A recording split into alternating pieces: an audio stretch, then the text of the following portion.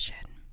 After she finished school, Raonaid wanted to resit or retest her leaving exams at the Institute of Education, and she hoped to attend the arts facility at University College Dublin.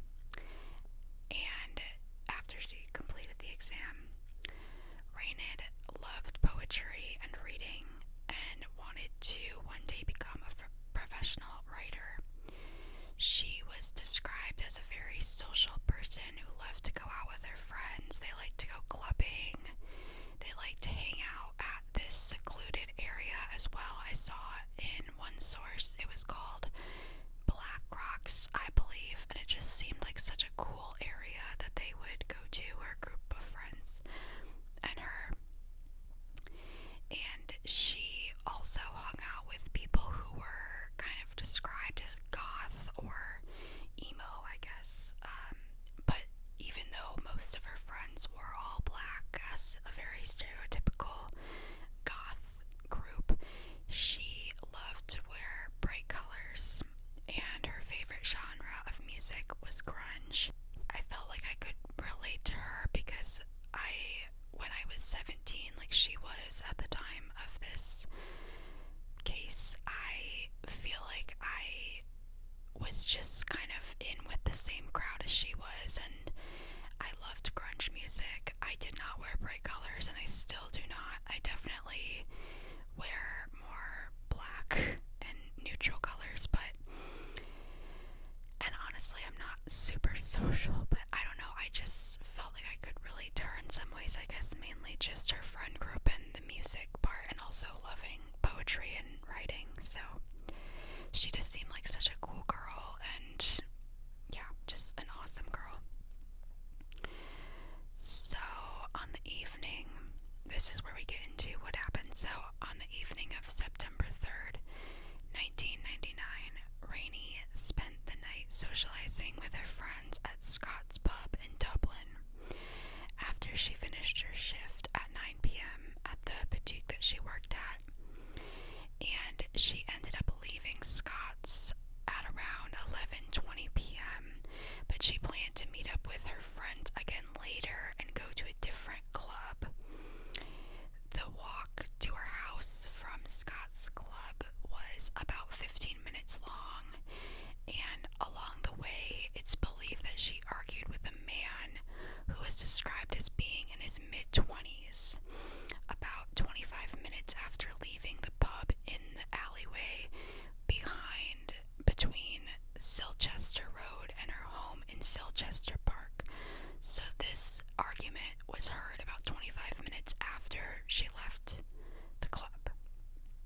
And the walk only took 15 minutes typically, so it seemed like they had probably been arguing for at least a few minutes, at the very least. Witnesses heard a female voice expressing a cry of "leave me alone, go away," or something similar to "fuck off." And something similar to "fuck off" was also heard. This was followed by a scream. A woman later told detectives that she saw a man running away from the area just after midnight. Raonaid was stabbed 4 times in the side, chest, and shoulder with a 1.5-inch sharp knife while in Silchester Crescent. Her murderer escaped, and Raonaid staggered 200 feet before she collapsed and died from her injuries.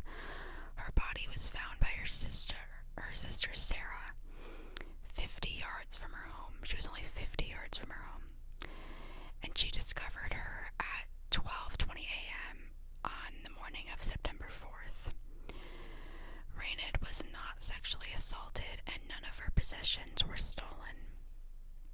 So very, very strange, and also just so tragic that her sister found her and also was so close to her house. So, also just some more information on what witnesses saw that night. A passing motorist claimed that he saw Raonaid walking down the road with Noel Gallagher look-alike in his early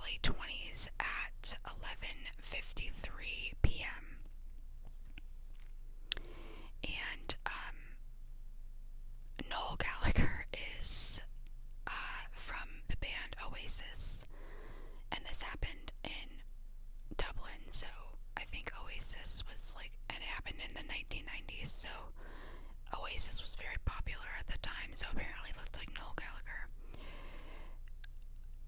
And this person said the man was 5'10" and had messy, sandy brown hair. He was wearing light-colored pants and a beige sweater. The man seemed to be pestering Raonaid, but the witness wasn't too concerned since it appeared as if she knew him, so it looked like Raonaid knew this person. At 1:30 a.m., a taxi driver gave a ride to a man with short black hair wearing light-colored clothes with dark stains.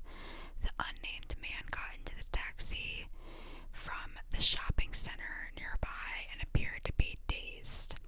He was later found and arrested. Authorities confirmed he was a cook known by Raonaid's inner circle, but there was no evidence tying him to the murder.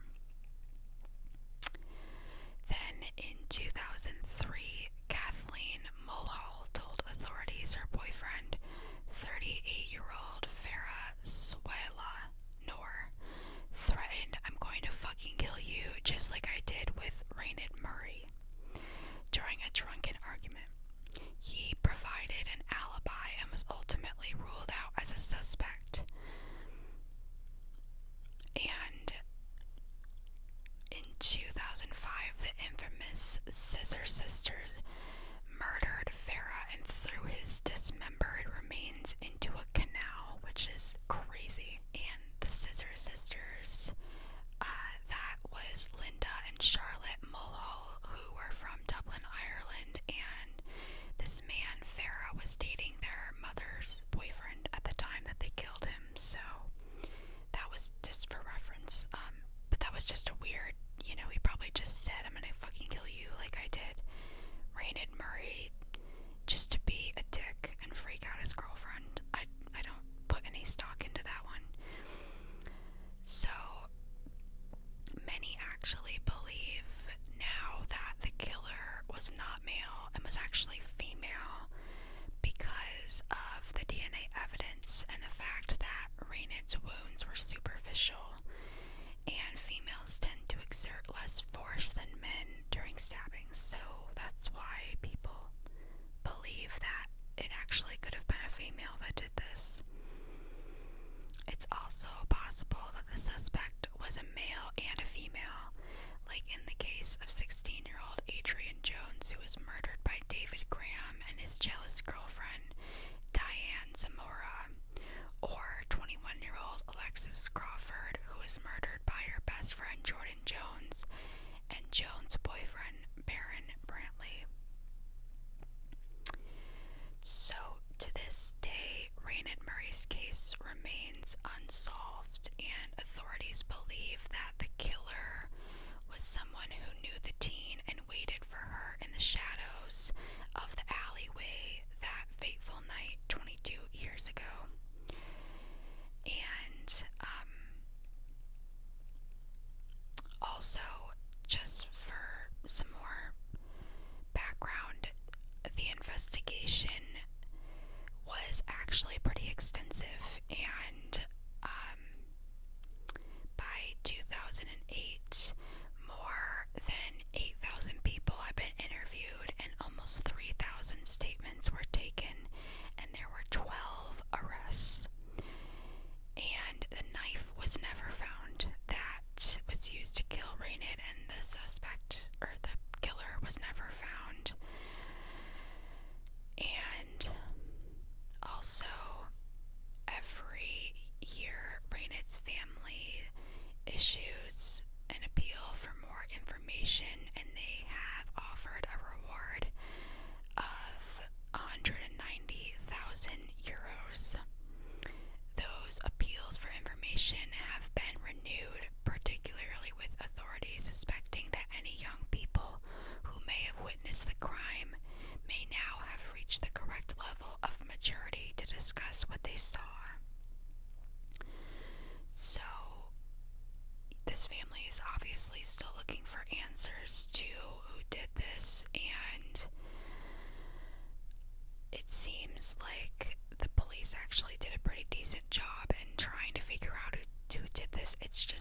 crazy. It always baffles me that these people can just get away with this. I mean, it's so insane, but it happens a lot, far too often, actually.